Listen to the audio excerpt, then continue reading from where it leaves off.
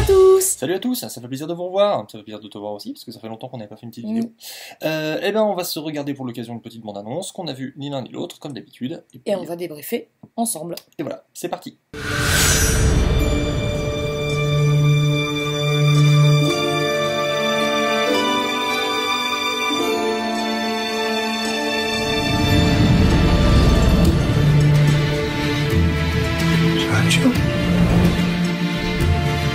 Child with arms 6 miles long.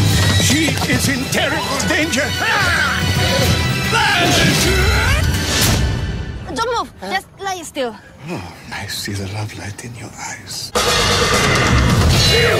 Don Quixote de la Mancha, come to restore the lost age of chivalry. Well, I wrote that. Blasphemer, a hand of our God in heaven wrote me. Can I read?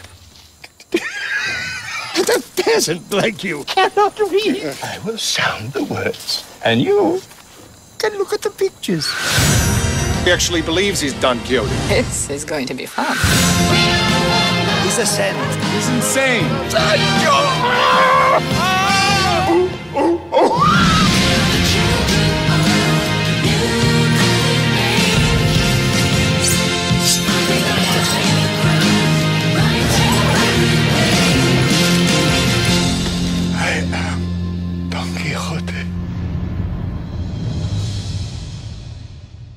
Alors, moi ça m'emballe. Bah ça m'emballe aussi, je suis saucé, puis depuis le temps qu'on l'attend, ce film, parce que... Stine La Mancha, c'est tout ce qu'il avait Stine La Mancha, c'est tout ça, c'est un documentaire qui a été fait sur le tournage avorté, du coup, de l'homme qui tua Don Quichotte, et qui est un documentaire génial, qu'il faut absolument voir si vous l'avez pas vu, parce que, vu dans le chaos que ça présente, c'est quand même un bon message d'espoir quand t'es un artiste et que tu veux aller au bout de ton truc. Ouais, surtout qu'il avait pas... En fait, il a commencé le tournage, et il a eu toutes les emmerdes de la Terre. Il a juste... Je pense qu'il manquait juste les sauterelles, tu vois, genre, voilà. C'est un paratonnerre à emmerde, Terry Gilliam. Dès qu'il veut monter un projet, il y a 10 000 trucs qui lui tombent sur le coin de la gueule, il peut jamais faire ses projets comme il veut, mais ça arrive toujours à peu près à aboutir. Celui-là n'a jamais pu aboutir, ça fait quoi, 20 ans qu'il essaie de le faire, et on avait tous un peu perdu espoir qu'il puisse le faire, finalement, il l'a fait.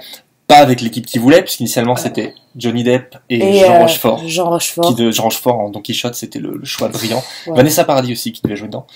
Et ça s'est pas fait, il y a eu genre 10 000 castings possibles entre-temps, jusqu'à tomber sur celui-là, avec du coup Adam Driver, donc qui est très connu maintenant grâce à Star Wars, et Jonathan Pryce, qui est son acteur fétiche, avec qui il joue tout le temps. Oui, tout à fait. Et je suis assez excité par ce que je viens de voir. Voilà, personnellement, j'avais très peur, parce que comme c'est un film qu'on a tellement attendu, qu'on a tellement fantasmé, c'est entré dans l'histoire presque du cinéma, bah ça aurait pu être super mauvais, mais les images me... Ouais, moi c'est pareil, les images me branchent, ça a l'air bien barré comme j'aime. Bah Guillaume quoi. Voilà. Elle te vend plein de choses après la bande-annonce, elle te raconte un petit peu l'histoire sans tout te dire, hein, voilà, en gros, bah... J'ai pas bien compris le début quand il trouve Don Quichotte, là, j'ai pas... Alors, de ce que je me souviens, il y a des époques qui se mélangent, hein, l'époque moderne et l'époque de Don Quichotte. Ça j'aime bien le concept du mélange. Et qu'on parle d'un personnage qui, on sait pas s'il vit dans sa tête ou si c'est quelque chose de réel. Ce qui est Don Quichotte, il y a un degré de lecture supplémentaire, il y a des petits trucs qui se superposent. Beaucoup de personnages de Gilliam sont comme ça, d'ailleurs, il y a le baron de Munchausen, qui est aussi un personnage un peu perché, qui partait à l'aventure sans trop se poser de questions. Il y avait le personnage de Robin Williams dans le Roi Pêcheur, qui est un des meilleurs films de Gilliam. Et il aime beaucoup ces personnages-là, un peu perchés, et, qui entraînent tout un tas d'autres personnages dans son giron pour lui faire découvrir un univers un peu barré et spécifique. Et Don Quichotte, ça se prête complètement à Gilliam, et j'adore Jonathan Pryce. J'avais un peu peur, parce qu'on pensait tous à Jean Rochefort, quoi. Malheureusement, ça se fera jamais. C'est vrai que... Et pourtant, Jonathan Pryce a bien le bon maquillage, là, et tout. Enfin, ça passe vraiment. Bah, j'ai aucun problème avec le casting. Je le trouve même plutôt intéressant. Voilà, on va le redire, mais voilà, c'est vrai que moi, Jean Rochefort, j'avais tellement envie. Ça aurait été tellement beau de le voir aboutir. Après, je trouve ça intéressant qu'il ait changé pour Adam Driver. Voilà. Ouais, parce que alors Johnny Depp, j'aime beaucoup cet acteur, c'est un acteur exceptionnel, je reviendrai jamais là-dessus. Par contre, c'est vrai que j'ai envie de voir d'autres choses, j'ai envie de voir d'autres acteurs, j'ai envie de voir des trucs un peu nouveaux. Voilà. Et Driver est très bien. Ouais, justement. Oui. Oui, il a pas vraiment pu nous montrer l'étendue de son talent. Johnny Depp, il paye, enfin, c'est pas le même acteur qu'il y a 20 ans, il coûte pas la même chose.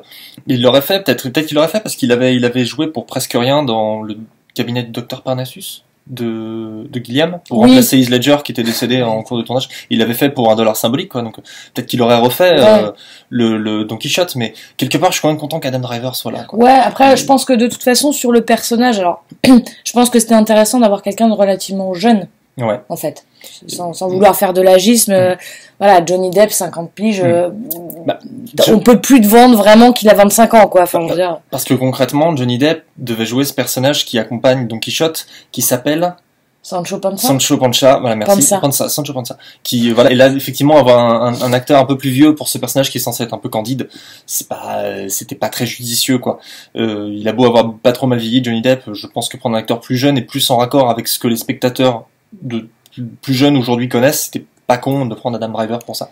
Après, c'est vrai que je suis un peu déçu aussi, enfin, encore une fois, c'est les couilles de tournage, mais John Hurt devait jouer Don Quichotte. C'était prévu, et puis, il est tombé malade.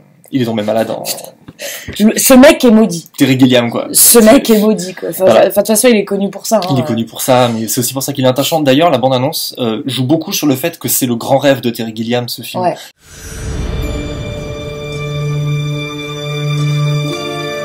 Qui se concrétise, qui se symbolise enfin à l'écran, et on joue beaucoup, la bande-annonce joue beaucoup là-dessus. Elle veut beaucoup nous vendre ça. Oui. Beaucoup nous vendre ce truc-là. Il y a une dimension très onirique aussi, d'ailleurs. Dans le film, oui, bah oui. Dans la bande-annonce, dans la façon dont elle est présentée. Ils veulent nous présenter un conte, et c'est un peu ce qu'est Don Quichotte aujourd'hui. I will sound the words, and you can look at the pictures. On sait tous que, enfin, les spectateurs en tout cas très avertis savent exactement de quoi il s'agit, enfin que c'est un projet maudit qui enfin se concrétise, et les projets maudits qui se concrétisent c'est assez rare maintenant. Donc je suis assez content pour Gilliam, et je suis content qu'on puisse voir ce film, même si a posteriori on va peut-être pouvoir en dire beaucoup de choses, je pense, peut-être même négatives, ce que j'espère pas, mais c'est unique presque d'avoir autant fantasmé un film et de le voir enfin se concrétiser, quoi. C'est un peu c'est un peu le truc c'est que c'est pas comme s'il avait jamais pu le concrétiser, c'est-à-dire qu'il avait commencé le tournage de qu'on a vu du coup dans Lost in La Mancha, mais c'est un truc qui a été fait il y a 20 ans avec d'autres acteurs, il a eu que des merdes. What's going on? Mais vraiment regardez Lost in La Mancha, parce que franchement, moi j'avais mal au cœur pour lui. À un moment donné, tu sais, tu te dis, t'as limite envie d'arrêter le film, tellement ça te fait mal au cœur, et tu te dis, putain, c'est pas possible.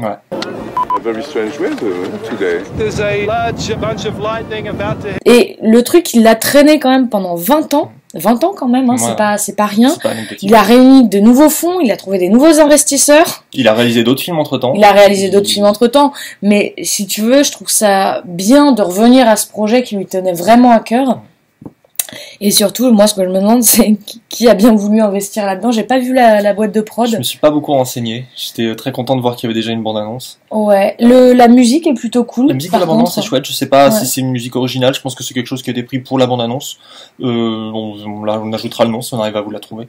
Mais la bande-annonce en soi est bien faite. Je pense pas qu'il en faille une autre avant que le film sorte. Est-ce que tu penses que c'est un truc qui va aller aux Oscars, ça ou pas? Je sais pas. Après, est-ce que Terry Gilliam veut l'emmener aux Oscars? C'est pas dit, parce que c'est un peu son bébé maudit. Ouais. L'enfant maudit. C'est un peu son bébé maudit, donc est-ce qu'il veut l'emmener aux Oscars et se faire c'est un truc. Moi, après, c'est vrai que je suis pour que tout ce qui est cinéma fantastique, que tout ce qui est un peu onirique, ait sa place aussi dans le Hall of Fame, en fait, du cinéma. Donc c'est vrai que moi je serais plutôt... Après faut le voir, voilà, faut le voir. Pour l'instant je peux pas me prononcer tant que j'ai pas vu le film, c'est sûr. Pareil. Mais c'est vrai que moi la bande-annonce, très honnêtement, elle me vend du rêve. Alors du coup on va passer aux notes, hein, parce que moi vu que ça me vend du rêve, je veux bien en fait moi je vais y aller, voilà. Et puis je vais même acheter du popcorn, donc c'est la plus haute note, la note popcorn pour moi. Note popcorn, moi aussi. J'irai avec grand plaisir, je m'achète du popcorn, je retourne même le voir s'il faut, si jamais il me plaît. Je suis un grand fan de Gilliam, donc je serai assez saucé. Donc un très gros popcorn. Un très gros popcorn, voilà. Et puis on en reparlera dès qu'on l'aura vu. Exactement. Voilà. Bon, merci. à la prochaine. À la prochaine, prenez soin de vous.